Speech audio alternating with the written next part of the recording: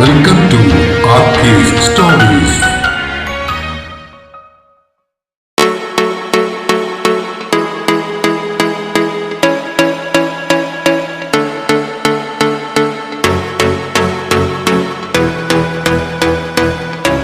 പ്രിയ പ്രണയിനി ഭാഗം 15. രചനയും അവതരണവും രഘുദാസ് കാട്ടുങ്കൽ. രാജേന്ദ്രനും ഗുണ്ടകളും പടി ഇറങ്ങിപ്പോയതോടെ ഗൗരിയുടെ മുഖത്തെ കാഠിന്യം ഉരുകി ഒലിച്ചു. തന്നെ നോക്കി നിൽക്കുന്ന ദേവന്റെ മുന്നിൽ അവൾ ആ പഴയ ഗൗരിയായി. വർഷങ്ങൾ കടന്നു പോയിട്ടും നിറമൊട്ടും മങ്ങാതിരുന്ന ഉള്ളിലെ പ്രണയം കണ്ണുകളിൽ നിഴലിച്ചിരുന്ന നിരാശയെയും സങ്കടത്തെയും നീക്കിക്കൊണ്ട് കാതരമായൊരു നോട്ടമായി ദേവനെ തേടിയെത്തി. 6 വർഷങ്ങൾക്ക് ശേഷമുള്ള ഗൗരിയെ ഉള്ളു തുറന്ന് നോക്കി കാണുകയായിരുന്നു ദേവനും. സ്വന്തമാക്കാൻ സാധിക്കാതിരുന്നതിന്റെ നഷ്ടബോധം അവനെ അപ്പോൾ വേദനിപ്പിച്ചു. നീ ഒരുപാട് മാറിപ്പോയി ഗൗരി. ദേവന്റെ സ്വരം ആർദ്രമായിരുന്നു. അവനെ ഒന്ന് ഒഴിഞ്ഞു നോക്കിയ ഗൗരിയുടെ ചുണ്ടിൽ നേരിയൊരു പുഞ്ചിരി വിരിഞ്ഞു. ദേവേട്ടനും ഒരുപാട് മാറി, പഴയതിൽ സുന്ദരനായിരിക്കുന്നു. ആ പുകഴ്ത്തൽ അവനൊരു ചിരിയോടെ സ്വീകരിച്ചു. ആ രാജേന്ദ്രനോട് നീ പെരുമാറിയ രീതി അതെനിക്ക് വല്ലാതെ ഇഷ്ടപ്പെട്ടു ഗൗരി. പണ്ടത്തെ ആ പേടിത്തൊണ്ടിയല്ല നീ ഇപ്പോ. പിന്നെ പറഞ്ഞതുപോലെ ഇന്ന് നടന്നതിന് നീ സ്റ്റേഷനിൽ വന്ന് അവർക്കെതിരെ ഒരു പരാതി തരണം. വെറുതെ വിടാൻ പാടില്ല. ഗൗരിയുടെ മുഖത്തേക്ക് പെട്ടെന്നാണ് ആ കടുപ്പം തിരികെ എത്തിയത്. അവളുടെ കണ്ണുകളിൽ ഒരു തീക്ഷണത നിറഞ്ഞു. നിഷേധാർത്ഥത്തിൽ തലയാട്ടിക്കൊണ്ട് അവൾ ദേവന്റെ കണ്ണുകളിലേക്ക് നോക്കി. അത് ഞാൻ അയാളൊന്ന് ചൊടിപ്പിക്കാൻ പറഞ്ഞതല്ലേ, വെറുമൊരു പരാതി. അതുകൊണ്ട് എന്ത് നേടാനാണ് ദേവേട്ട? സ്റ്റേഷനിൽ ഒരു കടലാസിലെ പരാതി കൊണ്ട് തീർന്നതാണോ എനിക്ക് നഷ്ടപ്പെട്ടത്? അവളുടെ ശബ്ദം അല്പം ഇടറി, എങ്കിലും അതിൽ നിശ്ചയദാർഢ്യമുണ്ടായിരുന്നു. എന്റെ ജീവിതം നശിപ്പിച്ചതിന്, എന്റെ അനന്തേട്ടനെ കൊന്നതിന്, കാവ് തട്ടിയെടുത്തതിന്, അച്ഛനെയും അമ്മയെയും ചതിച്ചതിന്, ഇതിനൊക്കെ പകരമായി അവനെതിരെ ഒരു പരാതി കൊടുത്താൽ മതിയാകുമോ? ഓരോ ദേവേട്ട, എനിക്ക് വേണ്ടത് നീതിയല്ല, പ്രതികാരമാണ്. നിയമത്തിന്റെ പഴുതുകളിലൂടെ ഒരിക്കലും അയാൾ രക്ഷപ്പെടരുത്. ആ വാക്കുകളിലെ തീ കണ്ട് ദേവൻ അത്ഭുതത്തോടെ അവളെ നോക്കി. ഞാൻ നേരത്തെ പറഞ്ഞത് ശരി തന്നെയാണ് ഗച്ചു. കാഴ്ചയിൽ മാത്രമല്ല നിനക്ക് മാറ്റം വന്നിരിക്കുന്നത്. പണ്ട് നിഴലിനെ പോലും പേടിയായിരുന്ന ആ പെൺകുട്ടി എവിടെയോ പോയി മറഞ്ഞിരിക്കുന്നു. ഗൗരി ഒന്ന് ചിരിച്ചു, കയ്പ് നിറഞ്ഞ ഒരു ചിരി. ജയിൽ, അതെന്നെ ഒരുപാട് പഠിപ്പിച്ചു ദേവേട്ട. നഷ്ടപ്പെടാൻ ഒന്നുമില്ലാത്തവൾക്ക് പിന്നെ എന്തിനെയാ ഭയക്കാറുള്ളത്? ആ ജയിൽ ജീവിതമാണ് എൻ്റെ ജീവിതത്തിലുണ്ടാക്കിയ ഏറ്റവും വലിയ മാറ്റം. ഭയം അതിപ്പോ എനിക്കില്ല. അവർക്കിടയിൽ ഒരു നിമിഷം നിശബ്ദത തളം കെട്ടി. ആ കണ്ണുകളിൽ പരസ്പരം പറയാതെ പോയ ഒരുപാട് കഥകളുണ്ടായിരുന്നു. അനന്തം മരിച്ചിട്ടുണ്ടാവുമെന്ന് ഞാൻ വിശ്വസിക്കുന്നില്ല ഗൗരി. വാചാലമായ മൗനത്തിന് ശേഷം ദേവൻ പറഞ്ഞ വാക്കുകൾ കേട്ട് ഗൗരി ഒരു പകപ്പോടെ അവന്റെ മുഖത്തെ കുറ്റുനോക്കി. ഒഴുക്കുള്ള കല്ലടിപ്പുഴയുടെ ആഴങ്ങളിൽ 3ാം കയവും നീന്തിക്കേറിയവനാ അനന്തൻ. അവനെ മുക്കിക്കൊല്ലാൻ പാകത്തിനുള്ള കായലുകളൊന്നും എറണാകുളത്തില്ല. അവനും വൈശാഖിയും എവിടെയെങ്കിലും ജീവിച്ചിരിപ്പുണ്ടാവും. നമ്മൾ കണ്ടെത്തും. ദേവന്റെ വാക്കുകൾ അവളിൽ വലിയൊരു പ്രകമ്പനം തന്നെ സൃഷ്ടിച്ചു. മറുപടി പറയാനാവാതെ അവൾ വിതുമ്പിപ്പോയി. സ്വയം മറന്ന ദേവൻ ഒരു ചുവട് അവൾക്കരികിലേക്ക് വെച്ചു. അവൻ കൈ നീട്ടി ഒന്ന് തൊട്ടാൽ മനസ്സിന്റെ ഉള്ളറകളിൽ മൂടിക്കെട്ടി വെച്ചിരുന്ന പ്രണയമെല്ലാം ഉരുകി ഒലിച്ച് താൻ അവന്റെ നെഞ്ചിലേക്ക് വീണു പോകുമെന്ന തോന്നലിൽ അവൾ പിന്നിലേക്ക് അല്പം നീങ്ങി വാതിൽപ്പടിയിലേക്ക് ചാരി. ദേവന്റെ മുഖം മങ്ങിപ്പോയി. ആ ഭാവം വേദനിപ്പിച്ചു എങ്കിലും സ്വന്തം നില മറക്കാതെ വിഷയം മാറ്റാനെന്നോണം അവൾ ചോദിച്ചു, നീലിമ വന്നില്ല ദേവേട്ട? അവളുടെ കാര്യമൊക്കെ ഇന്നലെ ജാസ്തി പറഞ്ഞിരുന്നു. അവളെയും മോളെയും കാണാൻ കൊതിയാവുന്നു. അവൻ അരമതലിലേക്ക് കയറിയിരുന്നിട്ട് ഉള്ളിലെ വിഷമം മറച്ചുവെക്കാൻ ഒന്ന് ചിരിച്ചു. ഇന്ന് വൈകിട്ടെത്തും. 2 ദിവസം കൂടി പകൽപോരുണ്ടല്ലോ, അത് കഴിഞ്ഞിട്ട് അവളിന് പോകൂ. വർഷങ്ങൾക്ക് ശേഷമല്ലേ നീ ഉത്സവം കൂടാൻ പോകുന്നേ? നാളെ താലൊടുക്കുന്നില്ലേ? ആ ചോദ്യത്തിന് ഒരു മങ്ങിയ നിറമില്ലാത്ത ചിരി മാത്രമായിരുന്നു ഗൗരിയുടെ മറുപടി. ആ ചിരിയിൽ എല്ലാ നഷ്ടബോധങ്ങളും ഉണ്ടായിരുന്നു. അവനും പിന്നീട് അതേപ്പറ്റി കൂടുതലൊന്നും ചോദിച്ചില്ല. ജോലി കിട്ടിയിട്ട് വർഷങ്ങളായല്ലോ, ഇപ്പോഴാണോ ഇങ്ങോട്ടേക്കൊരു പോസ്റ്റിംഗ് കിട്ടിയത്? കിട്ടാതിരുന്നത് കൊണ്ടല്ല ഗച്ചു, വേണ്ടെന്ന് വെച്ചിട്ട് തന്നെയാ. ദേവൻ അർത്ഥവത്തായി അവളെ ഒന്ന് നോക്കി. നിനക്കറിയാലോ, എന്തുകൊണ്ടാ ഞാൻ ഇത്രയും നാൾ വരാതിരുന്നതെന്നും ഇപ്പോൾ എന്തിനാ വന്നതെന്നും. അവന്റെ ആ വാക്കുകൾ അവളുടെ ഹൃദയത്തിലാണ് കൊണ്ടത്.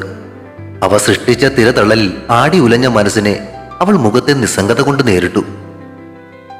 ഇത്രയും നാൾ ഞാൻ വിവാഹം പോലും കഴിക്കാതിരുന്നത് വേണ്ട ദേവേട്ട. അവൻ പറഞ്ഞു വന്നത് മുഴുമിപ്പിക്കും മുൻപേ അവൾ ഇടയ്ക്ക് കയറി തടഞ്ഞു. ആ അർഹത എന്നെ നഷ്ടപ്പെടുത്തി കളഞ്ഞവളാ ഞാൻ. ദേവേട്ടന് വേറെ നല്ലൊരു പെൺകുട്ടിയെ കിട്ടും. ഞാൻ ദേവന്റെ തീക്ഷ്ണമായ ഒരു നോട്ടത്തിൽ അവളും പറയാൻ വന്നത് ഇടയ്ക്ക് വെച്ച് മുറിഞ്ഞുപോയി. നിർത്തുകച്ചു.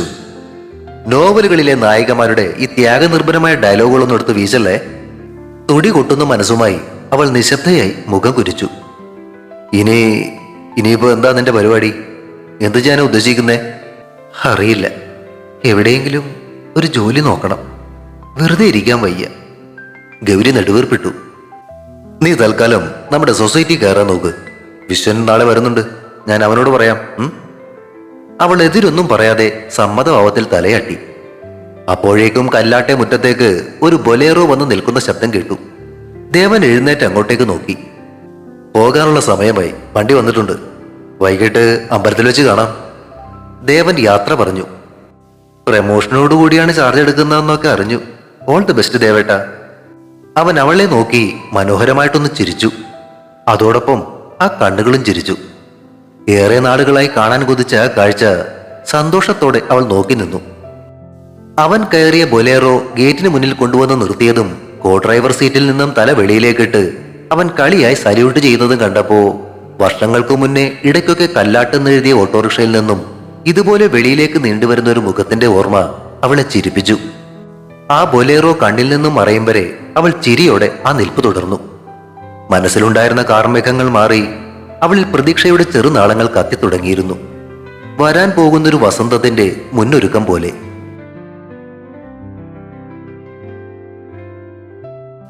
ഒരു കൊടുങ്കാറ്റ് പോലെയാണ് ശ്രീനിലയത്തിലേക്ക് രാജേന്ദ്രൻ ചെന്ന് കയറിയത്.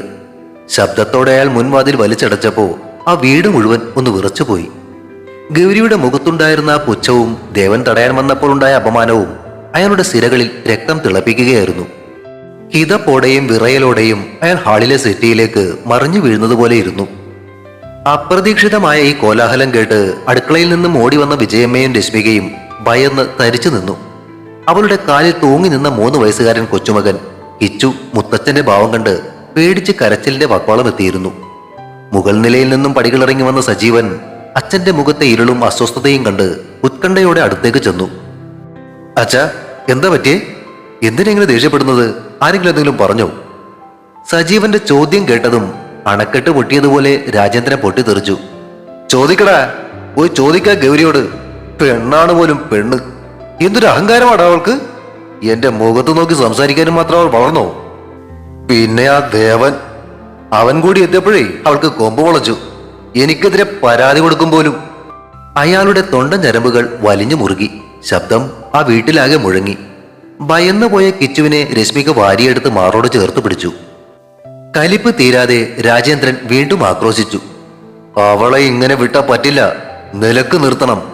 പിന്നെ ആ ദേവൻ, അവനെ ഞാനൊരു പാഠം പഠിപ്പിക്കും.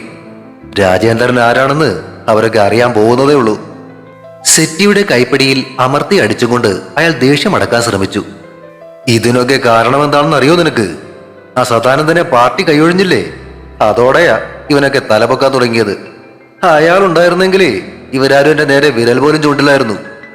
അധികാരം പോയപ്പോ എല്ലാവർക്കും പുച്ഛം. തീക്ഷണമായ കണ്ണുകളോടെ അയാൾ സജീവന്റെ നേരെ തിരിഞ്ഞു. നീ ഇപ്പോ തന്നെ ആ സദാനന്ദനൊന്ന് വിളിക്ക്. എന്നിട്ട് നടന്ന കാര്യങ്ങളൊക്കെ അയാളോട് പറ. എനിക്ക് അയാളൊന്ന് കാണണം. ഇവറ്റകളെ ഒതുക്കാൻ പഴയ വഴികൾ തന്നെ വേണം. അതുവരെ നിശബ്ദയായി എല്ലാം കേട്ടു നിന്നിരുന്ന അയാളുടെ ഭാര്യ വിജയമ്മ സാവധാനം മുന്നോട്ട് വന്നു. അവരുടെ കണ്ണുകളിൽ വെറുപ്പിന്റെ തിളക്കമുണ്ടായിരുന്നു. സജീവനെ നോക്കുമ്പോൾ അവരുടെ ചുണ്ടുകൾ വിറച്ചു. എന്റെ കുഞ്ഞിനെ ഇല്ലാതാക്കാൻ നോക്കിയ പിശാചല്ലേ അവള്? ഇവൻ അന്ന് എന്തെങ്കിലും സംഭവിച്ചിരുന്നെങ്കിലോ? ഓർമ്മകളുടെ നടുക്കത്തിൽ അവരുടെ ശബ്ദമിടറി. പക്ഷെ അത് സങ്കടമായിരുന്നില്ല, കടുത്ത രോഷമായിരുന്നു. അന്ന് ആശുപത്രി കിടക്കയിൽ കിടന്ന് എന്റെ കുട്ടി അനുഭവിച്ച വേദന അത് ഞാൻ മറക്കില്ല രാജേട്ടാ. അവള് സമാധാനത്തോടെ ജീവിക്കുന്നത് കാണുമ്പോ നെഞ്ചു പൊള്ളുന്നൊരമ്മയാ ഞാൻ. അവൾക്ക് അഹങ്കാരോ? അതും ആ ദേവന്റെ തണലില്ലേ? രാജേന്ദ്രന്റെ നേരെ തിരിഞ്ഞ അവരുടെ കണ്ണുകളിൽ വൈരാഗ്യം എരിഞ്ഞു. നിങ്ങൾ പറയുന്നത് ശരിയാ, അവളെ നിലക്ക് നിർത്തണം. എന്റെ മകനെ കൊലക്ക് കൊടുത്താൻ നോക്കിയവള് സന്തോഷത്തോടെ ചിരിച്ചു നടക്കരുത്. അവളും അനുഭവിക്കണം. നോവും വേദനയും എന്താണെന്ന് അവൾ ഇനിയും അറിയണം.